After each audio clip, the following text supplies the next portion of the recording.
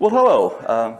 I gave this presentation at the LARC Club, and Tom thought y'all would enjoy it. I hope you do enjoy it. I made it, it's fully usable. It's share alike, just with, if you use any part of it, just give me a little thumbs up on it or something, just where you got the material from. It's all original material. And with that, I'll just tear into the presentation.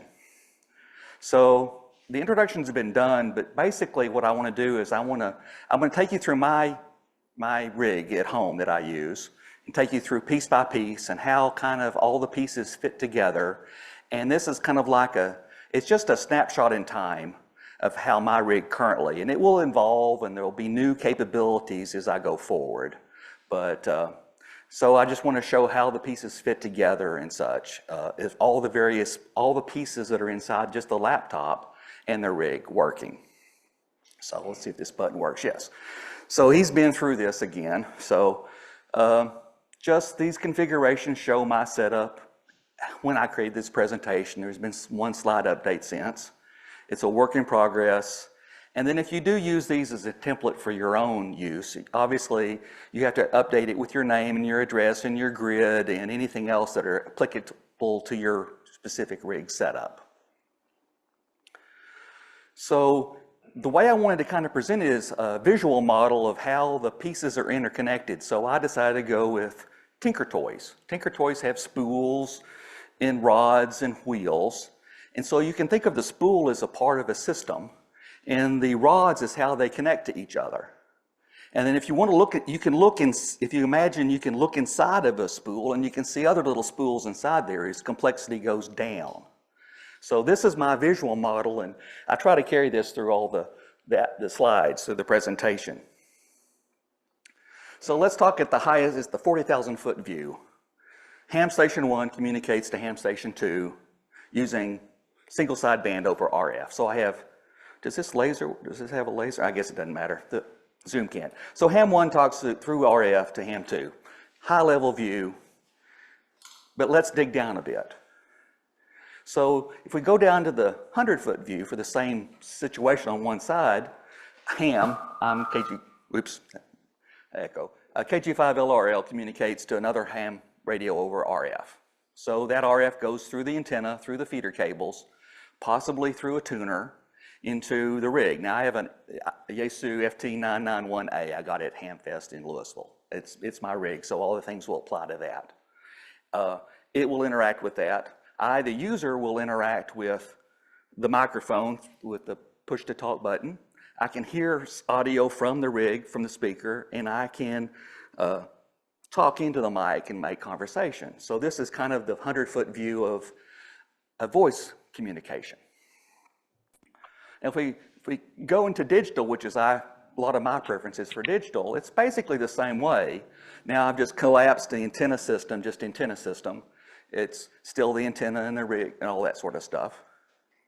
It goes into the FT991A. If I'm doing, say, a digital mode FT8, that signal will come into the rig, and then the rig will send that audio over the USB cable into the laptop. And the laptop processes the signal. Then I interact with the system. I interact with the antenna system. Maybe I have to do manual tuning. To the rig to set the frequencies or power, and the laptop itself to operate FT8 digital mode. And then the laptop itself is connected to Cat6 and to the internet. And if y'all have any questions, raise your hand or interrupt me at any time, hopefully. And if I'm going too slow, tell me to speed up. If I'm going too fast, slow me down. So the programs in my rig are this. I chose FL Rig. I wanted to be able to sit in my recliner, operate my rig in my shack on my desktop, and I wanted to be able to use TeamViewer in there. So I'd be able to remote control my desktop using TeamViewer, but I wanted to be able to set frequency. And one more thing, this entire presentation is on QRZ.com, on my biography. At the very bottom is a link on QRZ.com in my biography, KG5LRL, to my Dropbox account. And you can download a PDF version of this. So anything you want, you can refer to that PDF if you need to. So I use FLRig because it lets me manipulate the rig from the laptop. Thus, I can do it remotely as well. For logging, we use N1MM Plus we use for the allotted contests, so I use that for logging, as well as keeping track of all my contacts I've ever made. TQSL is how I upload to Log of the World. Now, there's other people that do it a whole bunch of different ways. There's multiple ways to skin a catfish, as we say in Texas, in the South, but I prefer to upload my log files directly into Log of the World. But there's other ways in people to do it dynamically and have it done automatically where it would just log as you make the QSOs. This is the way I do it. Your mileage may differ. Digital, I use the WSJTX for weak signal. It includes FT8, FT4, and other nodes. JS call, I'm not covering that, but you can use that for chat sort of things. And net time is needed to set the time. For FT8, you really need to be able to have your time within a half a second. I try to keep mine within 100 milliseconds.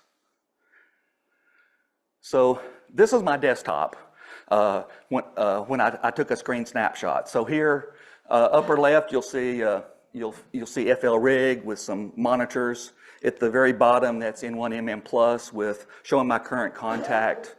I have a pop-up window on the upper right of that window that has, this is automatically fetched when I make a contact. It shows me who their name and what country they're in. I use Grid Tracker is in the middle there that keeps track of all of the current communications and who's I've contacted, what grids in the world I've made a contact. If it's a darker color, I've actually got it acknowledged as a confirmed QSO in Log of the World. And that bottom part's the waterfall, my current spectrum that I was seeing. On the other monitor, I have the WSJTX at the upper left there. I threw up a window of the ports on Windows. Device Manager, you see the COM ports, and so there's 2 COM ports on there, 6 and 7. I'll get into those later, what those are, as well as the sound settings for the sound devices that were used to communicate to the programs. And I think I even have a pop-up of the QSO I just made about to be logged. So we're going to dig into each program. So just a kind of a setup of how the program, your laptop works. So when you boot your computer, it needs an IP address so it can talk to other things. So what it uses is a protocol called DHCP, and it uses a port on that called port 68. Says it broadcasts to 67 saying, hey, anybody out there, I need an IP address and I need a DNS server. And so it gets that at boot time. So I talked about net time. Net time is the program that I use to keep the time accurate when I'm connected to the internet. So what does it do periodically? Net time periodically will query the DNS server for a list of addresses that are NTP servers, Network Time Protocol servers, and it'll choose one, and then it will signal to that time server on the internet using port 123 saying, give me the time. It will then look at the current time and then adjust it as appropriate when needed to Windows system. So I use, there's other Dimension 8 and other programs out there.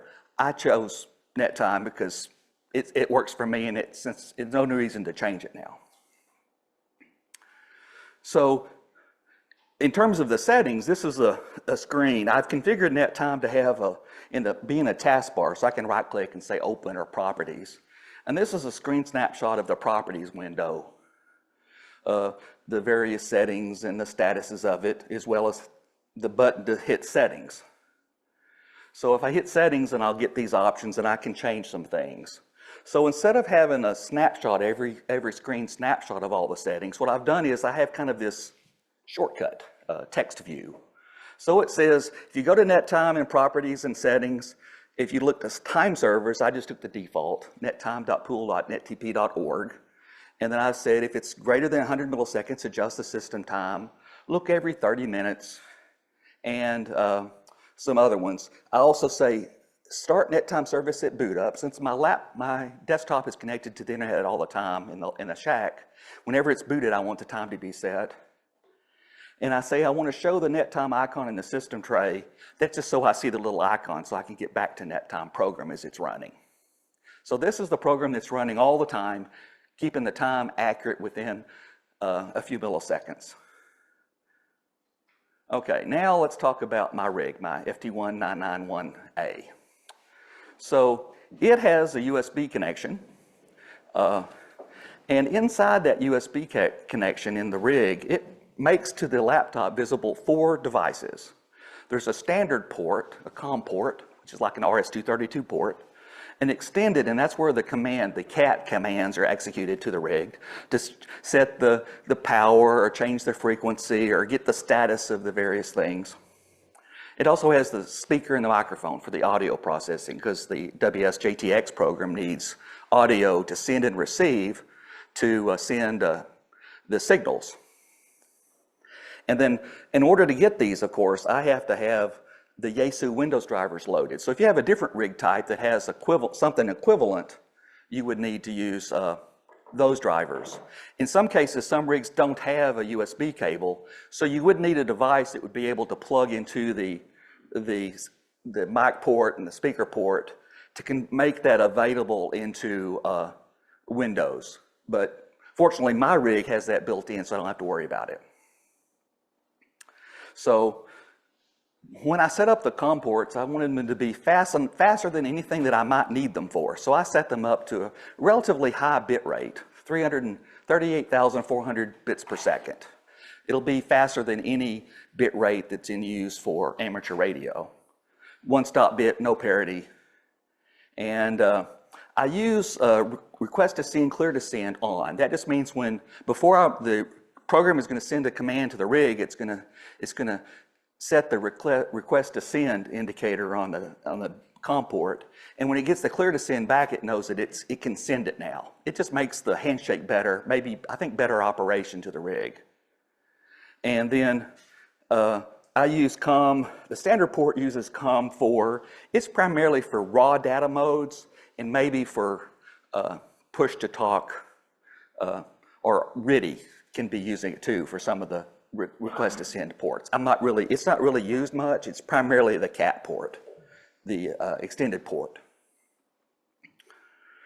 So again, you have to make sure that everything's are set on both ends correctly. So for Windows, I have to go into the device manager and the COM port. I have to find the extended COM port, and then I have to set it to the settings that I've agreed that I want my rig to set on. 38400, 8 bits, no parity, one-stop bit. And I have to do that for the other standard port. It's the same thing for the sound. Now when the sound device by default will probably have, so I go into the sound port, playback audio codec, USB audio codec, and I can identify it for sure by unplugging it, it disappears, and plugging it back in, it appears. So that's how you know it's the correct. And there's a speaker and a microphone. But I really want it to set the allow exclusive control on the applications, and I also want to set enhancements off. So I don't want the computer making better background sound and better bass. I want to have only the clear audio going in from the rig, so because it's digital. And the same thing for recording. So those are my settings in Windows for the COM port. Now on my FT991A, I push the settings screen and I can turn a knob. So right now I just have to set the cat rate to 38400 and the request to send enable. Okay, so now before we start making modifications to our rig, a little segue here. You might want to back up the settings in your radio. So what I chose to do is I use RT Systems Inc. The FT991A has ADMS 991A program. It's a programmer. It has a programmer program that lets you save memories. You can edit memories and such. It also has a menu editor, and that can back up the settings. So as I change settings and I get it really messed up, I could do a factory reset, or I could just go back to a previously file that I dated to the last known working backup. And so I can also use repeaterbook.com in memory. So when I first loaded it up, I went into repeaterbook.com and to the program, said, I'm interested in all the repeaters in this area, and I was able to import those into my rig without having to type in all of the offsets and plus and codes and such. So again, in my little shortcut, if you go into, back up in the store, if you go into the programmer under communications, you set the COM port. And then if you go into the communications button at the top, you say get data from radio, and it's going to get the data, and all of a sudden a new tab will appear in the program with all of the rows corresponding to all the memory slots. Then if you want to, at any time you can go File, External Data, Repeater Book Search, and you can do a search and find all the bands that you're interested in, and another tab will appear of the repeater book for all the different repeaters. And then you just kind of say copy and paste, and you drop it into that other tab. And then you can say File, Save As. You can save that to a file. You can use that for restore previously if you wanted to. And the communication send data to radio. And then the program will tell you what to do. After it's done, it'll say it's complete, power off the radio, make it active and such. So it'll tell you what to do. For the settings, I use the menu editor, and I just say communications, get menu items from radio, file save. You can make changes to the settings through the GUI. I just use it as a backup. I do all the settings manually on my rig. So, but it is possible to do it. And then file open would be how you would open up the file for backup, from a backup, and send menu items to radio. That's how you would restore it. Straightforward, easy peasy. Questions? Okay. So now I've added a few more settings to my rig. Some of these were gained from the internet. I don't know exactly why they work, but they work. So I've set, I have a manual tuner, so I turn the tuner off. There's various settings. I have to set the RS-232C rate to 38,400 bits per second. I have SSB settings to make it work properly for SSB. I got that off of a web page somewhere. I have to tell it that I want the data to come in from the rear, not from the mic. At the bottom, SSB mic select, the USB. Now this is universal serial bus, not upper sideband that I'm setting, and the port select. And so these are basically the basic settings that I use in my rig when I'm doing digital modes. Okay, so I mentioned FLRig. So FLRig is, what it does is it uses the COM port, extended COM port, to control the rig. Now Windows has a nice feature. If you've opened a COM port, nobody other program, you can't share COM ports like you can share files. So once it's latched onto a COM port, no other program can access it. So FLRig will open up the COM port, and then I want FLRig to be able to,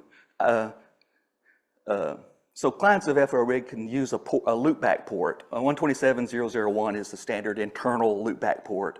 I guess if I had a really big network, I could use real addresses and have one machine with the FLRig, another one with a port. But in my case, it's a desktop to the rig. I don't need to complicate it, so I just use the loopback addresses. And then FLRig uses the display, IP, and the file system. And then the user can use FLRig to change all the settings from the GUI. So the way that I configure FLRig is, I have to go into config, setup, transceiver, configure, xceiver.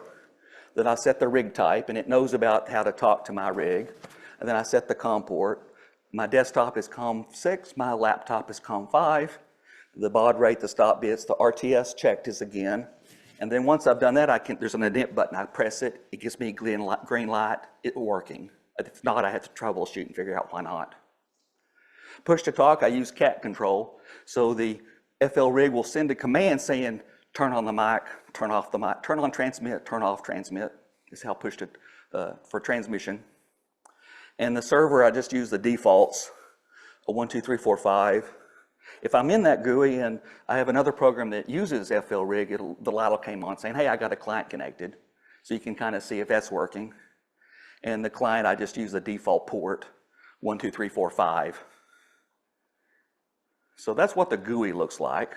I can change gain control, noise reduction, notch power, now I'm digital, I have all that turned off. I have IPO, I don't use attenuation or gain, noise blanker. In this case, I was not doing any automatic tuning, and push to talk. And then I have this meters over here, so I can, looking at the laptop monitor, I can see what's going on. Or if I'm in my comfy recliner, I can see what's going on using logging into my desktop using TeamViewer. So again, this is just a snapshot of what the previous long path looks like. FLRig control setup transceiver, and then when I get into that, it shows me Xceiver, and then like I said here, 3841 stop bit, request to send. Pole interval, I just left the default, and here's that init button. It shows me that my rig is connected. So now the WS-JTX, it's the central part of the digital FT8, FT4, and some other digital modes. And if I was using 127.0.0.1, I could only have one connection at a time. But Windows has this little trick called multicast. And so it's 224.0.0.1 is a multicast address, and it means all systems on this subnet, which basically is my internal of my PC. But if I wanted to put it onto the network, I can set the time to live parameter to more hops and actually go into my LAN, and I can actually send these 224.0.0.1 to other servers systems on my network. So I use this so that WS-JTX, that's the program that handles the digital modes, is allowing it to have multiple clients. So how does WS-JTX work? Again, it's talking to FLRig, and behind that is all of the details of the antenna and the mic and the rig and the COM ports and such. FLRig is there. WS-JTX is kind of in the middle. It can support JT8 and other protocols. It has an interface for monitoring activity. So these are these generic clients that are there on port 2237. And so some of these other programs, N1MM Plus, Grid Tracker, are clients. FL Digi are clients, and they can access the rig functions.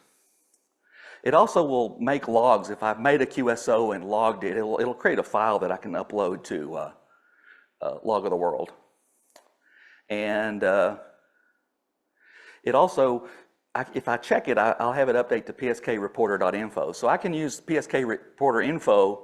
I can turn it to receive and kind of leave it alone for a few hours, and I can actually go to pskreporter.info and say, I'm interested in any system that has seen my system or what systems I've seen. So you can kind of get an idea of propagation.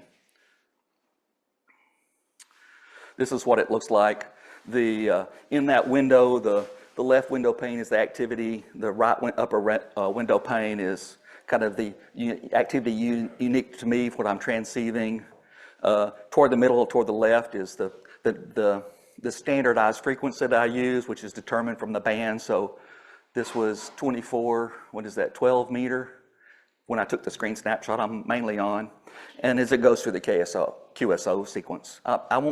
There's a lot more in detail in how to do FT8 that I won't cover. This is mainly about just how the programs interact. So how to set it up again.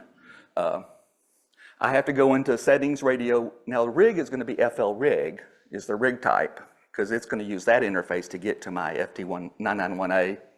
PT method is CAT, mode is USB. I want it to prompt me for logs.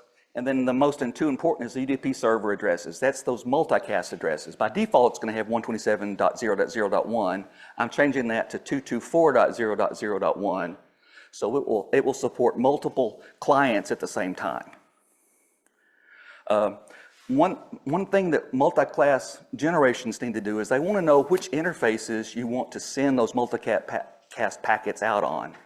There's a fake one called loopback. Loopback it's a fake interface that whenever a program sends to it, it'll just kind of loop it back. But there's also like the wireless NIC or the Ethernet port or whatever. So you give it a list. So I I just tell it to use all the interfaces kind of by default. Because some of the programs don't necessarily latch on to loopback. They may latch on, if they see the internet connection, they might want to latch on to the Ethernet. So I just specify everything there. And then I have to specify the sound cards, the radio in and the standard output devices, and the save directory. That's defaulted to that. This changed address was done when I integrated it with N1MM. It uses a different folder for N1MM. There's a kind of a different configuration that it uses than just running it from it raw. And then I have to make sure the width is set to wide in the rig when I'm using digital modes. If you're using CW or something, you might want that really narrow, but I want the full 2800 hertz. So if you're curious, you can do in Windows command, you can say route print 224.0.0.0. It'll show you all the interfaces that are being used to echo to that port. And so loopback, this was some virtual machine, and .144 is my old hotspot for my phone. It generates a fake net, so that would be my phone when I had it tethered. So now we get into some of the clients of a WSJTX. Grid Tracker's one. It listens to the traffic from WSJTX and displays it on a map. You can see where you are, all the QSOs that are possible. You can tell it, I want to see all the activity in the network. So anytime it sees a message, it'll show lights. These messages are communicating. These grids are communicating. I have it load a ADF log file so that it knows the grids and the IDs that I've contacted previously, as well as I have it get information from a log of the world to know which of those grids I've actually got a confirmation that someone has acknowledged that I had a QSO. So it'll put them in a different color. This grid you've had a QSO instead of just QSL. And then you can change the information. So Grid Tracker is talking to WSJTX. It has a GUI that's talking to the operator. It generates log files.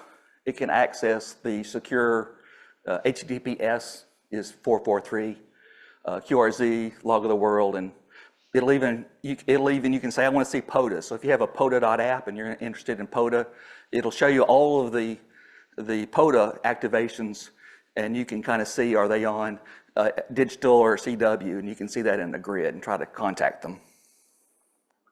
So this is an example of a blow up of that window, showing all the grids in the US.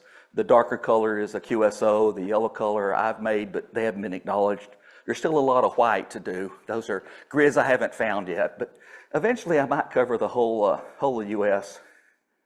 It's getting the sign over information, and the universal wheel is where you get the settings. And I think I have POTA connected, so you can see some trees. So if I click on that tree, it'll show me who's activating that POTA site. To set it, you really just have to set the IP address. You have to change it from the default 127 to 224 to match the configuration. And then I tell it to decode traffic waterfall. I'm interested in seeing kind of all of the default, all the communications. If you turn that off, it won't show you as much information real time. There's also logging files. Like I said, I have it configured to load my WSJTX log file, so it'll keep track of all the QSLs I've made. It knows about my QRZ, and it can access information about a caller ID. It'll access QRZ, but for that it needs your API key. You can get the API key from QRZ. I think that might be not a free capability. I think you may have to pay just a tad, a little bit of money to QRZ to get the API up. And log of the world, and POTA and log of the world for lookups. All right, so the next thing that I integrated was N1MM+. Again, it's also a client, but in order for it to spawn WSJTX, it actually has to load it. When you go into N1MM+, and then you say, show me WSJTX, it loads a small program that will monitor it, and then it loads WSJTX. But it's the most popular ham contest logging program. I used it for Winter Field Day just recently. It made all my logs, created the, whatever the name of that, Cabrio file, and I was able to upload it just by downloading the latest stuff. It launches, like I said, WSJTX, and in order for it to capture the output, and I can see call signs. So it also maintains a database. I can see if I've contacted a person before and when I contacted them. So if it's not a POTA person, I won't connect to them again. Once I've contacted a person in a grid, I try to get new contacts all the time for FT8. And it will also log files for contests. So how I had it before was I had port none radio FT8, but there's an updated slide at the end. I've changed the way that I've configured N1NM. At this point, it wasn't integrated with the FL rig, with the rig at the same time, because WSJTX was occupying it. But I have the radio settings, and again, I had to modify the settings to use WSJTX. It's multicast address and port, and I have to tell it, since it loads WSJTX, I have to tell it where that binary is. So when you install it, you have to remember where it is. And this is the default location it recommends, WSJT, in the C root drive. And I have it auto load the decode list when I start it up. So that's logging. So what other things am I interested in with my rig? A WinLink, I use that to send and receive email. Is everybody familiar with WinLink? Okay, it's just a way to send and receive mail using your rig, but you can also use the internet to kind of get it working. And it supports multiple formats to access over the radio. You can use TCP/IP, and I have VAR-FM and VAR-HF. VAR-FM works. It's crippled a little bit with speed, but it works without it's got a nag window, but if you use it, it provides very high speeds for FM connections. So WinLink Express. So the way it works is you go in, you bring up your browser of choice, you go to winlink.org, you sign up, and you can download the program. And then when you have WinLink Express, it can have add-ins that can be used to access what they call the central mail servers, where there's multiple set up in the internet, and you have radio mail servers. So an add-in can access the radio mail servers, which can access the internet. There's ways that it can also operate standalone, but I haven't really played with those at this point. But you can send and receive emails, and the add-ins can access the emails. So this is kind of a snapshot of WinLink Express. It's got some inboxes, outboxes. It's got some history, and I have inbox selected.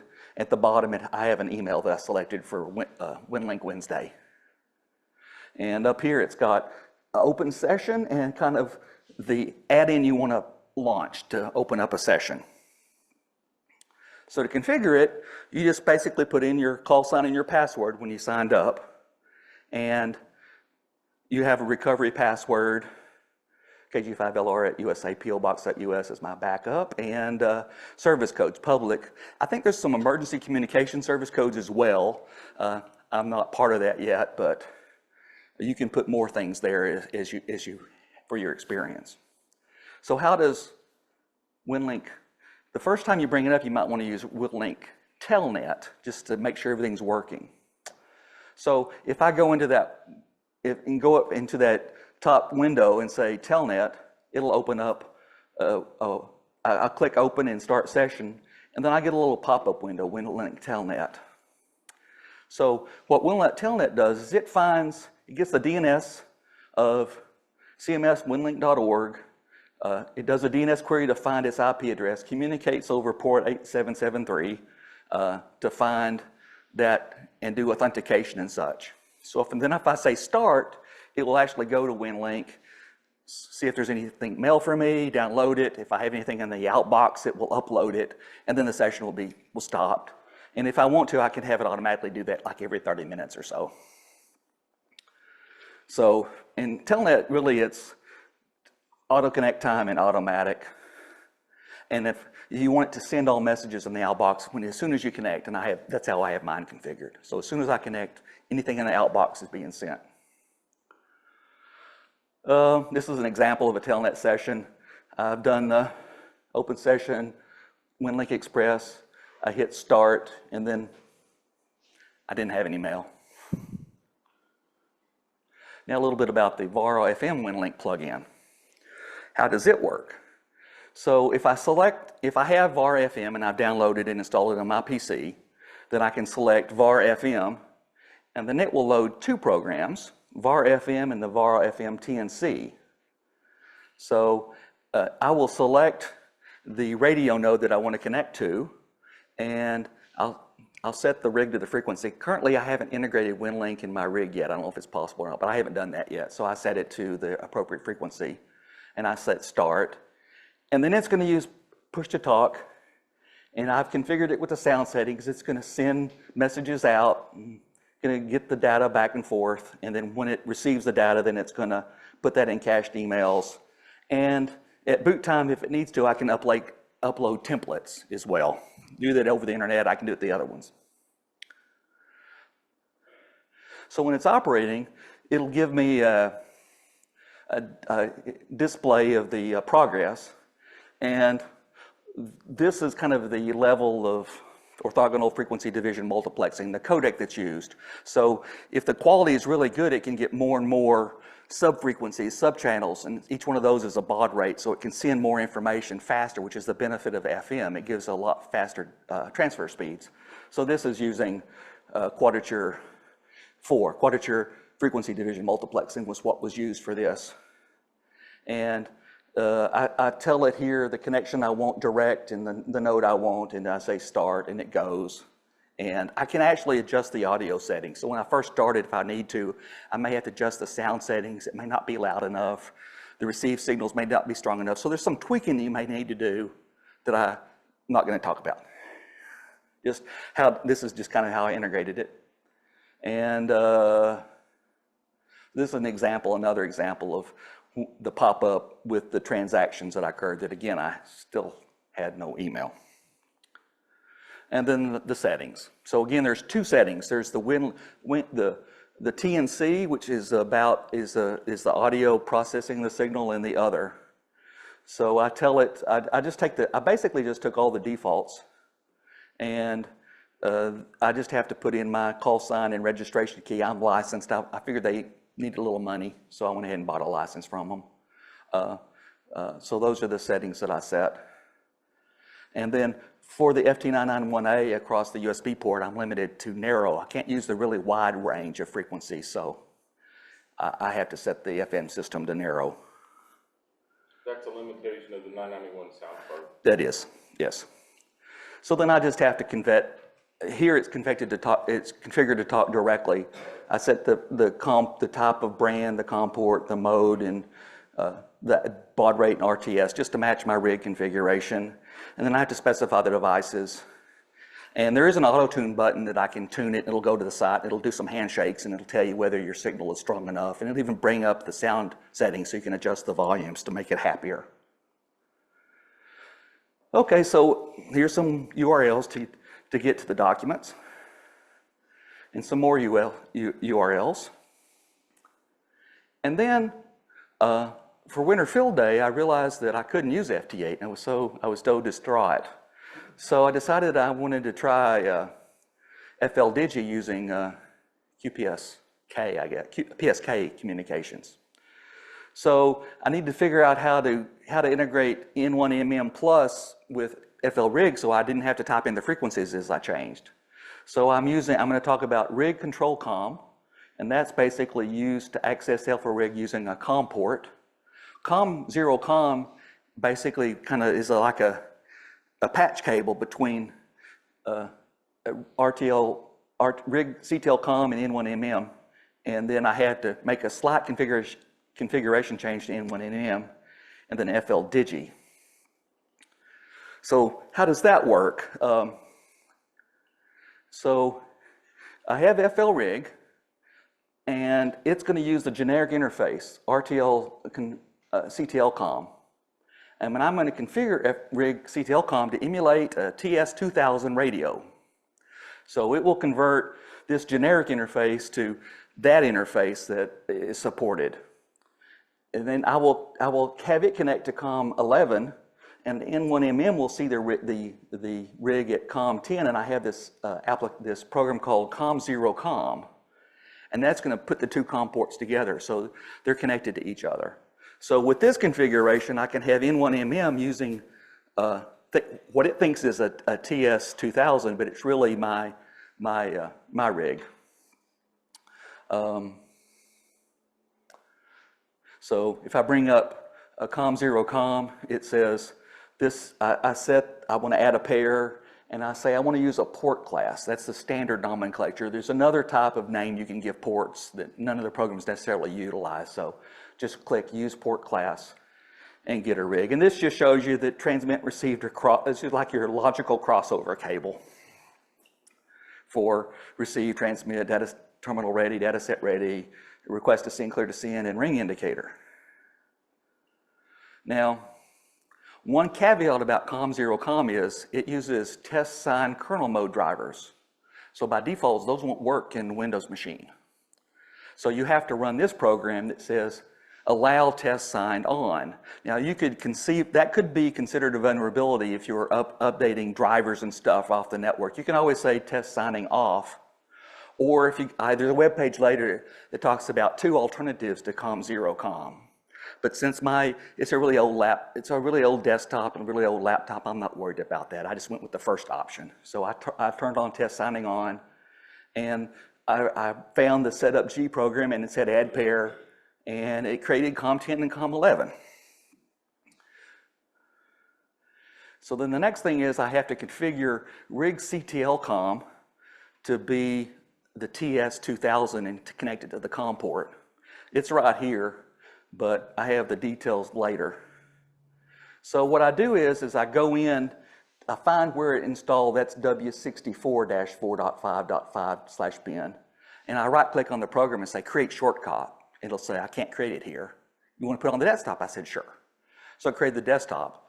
Then I go into the desktop properties and I change the target. I put quotes around the target because it's got a space there. So it needs to know this is the first argument. And then I'd say -M4, that's a TS2. I didn't read the user manual, I just did it and it worked. But that's the command that tells it to be a TS2000. The R is for COM port and it needs the baud rate. Run minimize, so that means as soon as I launch it, it's gonna open a window and it's gonna collapse it minimize on the taskbar. And I say run as administrator. So then N1MM plus then, only thing I have to change is that one configuration for port and radio that I had working before, I just changed it to be the TS2000 on COM10, which was the other half of that COM port pair with 38.4N, 8 data bits, DTR always on. So that's the pop-up window, but in my normal shortcut, that's how it's configured in N1MM plus. And then I wanted to run digital modes, a BPSK31. So I installed FLDigi, which is another plug-in to FLDigi. So BPSK31 is binary phase shift keying, 31 baud, radio telegraph. It was really cool. It's my first time to use it a few weeks ago. And I just did it before winter field day to make QSOs. And it ran fairly well. This is the window when it came up after it's configured. I had it running on the recommended frequency for 20 meters. And then it was set for BPSK31, and it gives you a waterfall. So you just kind of click here and it'll start decoding. So it's really a nice little remote I liked because there was no junk and extra characters. Here's where I type text and I'd hit the transmit button and it would transmit it and pop up here in red, then I'd hit it again and it'll continue listening. So I made a few QSOs. And there can be a lot of different signals and you kind of have to choose which one, or an empty spot if you want to just call CQ. And inside of FLDigi, This is where I set up the modems, but you can see there's a lot of different capabilities. It'll do CW. Feldhell was kind of interesting. You can send pictures like facsimile pictures for information. But for me, it's like PSK. I just took all the defaults and it worked fine. And then in FLDigi, I have to put in my call sign and my type of antenna. And I had to, again, say rig control, enable FL rig receiver control with FLDigi as the client, just single checkbox, and then the default addresses. And then basically for the PSK, I just took defaults pretty much down the line. Eventually I may figure out what these are and get it to work. And then this is the tutorial that I used to figure all this out. So that's the link to the tutorial that showed me step by step. It also has the option, those other two options you can use instead of COM0COM. I think that's the end. Any questions? So you haven't tried. Wait. I'm sorry? Wait. Oh, for the Zoomers. Am I up? Yep. So you haven't tried VSPE to see if it doesn't have the Windows signing problem? The VSPE? Right. I'm not familiar with that. Virtual serial port emulator. So that one has. No, more again, of I just followed that tutorial I saw on the rig, so I didn't deviate it from it much. Okay. And it basically said you had to do it. There may be other options, but again, there's other options if you don't need the test driver. So if you're using a more modern version of Windows, instead of having to turn the test signing, which does create a security hole, you could use VSPE, which is a signed program. Cost a couple of bucks. Okay, cool. Yeah. I wasn't familiar with that. Maybe you could do a YouTube video on that and share it to us. It's a very interesting presentation. Thank you very much. I'm sorry? Very interesting presentation. Well, I'm glad you enjoyed it. Much. Now, have you used any PowerShell to sort of automate any of this? I haven't yet. I could. I just bring it up in the order that I need it to. I bring up FL rig first, and then I bring up the ART rig control at N1MM plus, and then I bring up WSJTX. So I think that would probably require some sort of COM interface to manipulate the GUI, unless there's some external interface to N1MM to say, please launch the function to bring up a WSJTX. But right. I haven't love the way automated that anything. you document the parameters. That's very clear with your indented format. That's really good. Okay, well, thanks for the feedback. Any other questions? I have one. Oh, yeah. So you've got all of this stuff on the computer, Uh-huh. and it's taken you a few hours to get this done. What do you use to back that computer up? Oh, I have two 4 terabyte RAID drives on the network. So you've got to back up from your laptop or your desktop to your RAID. Are you just copying the C drive? I don't really completely back it up. I just back up the recipes, and then I can always, I'm the cook, I can always re-implement them if necessary. And what do you do for offsite? For offsite? What happens when your house has a problem? I do have some other accounts in the cloud. Okay. Thank you so much for making the big long trek from Thank you. Frisco down here to Southern Carrollton. Wow, we appreciate that.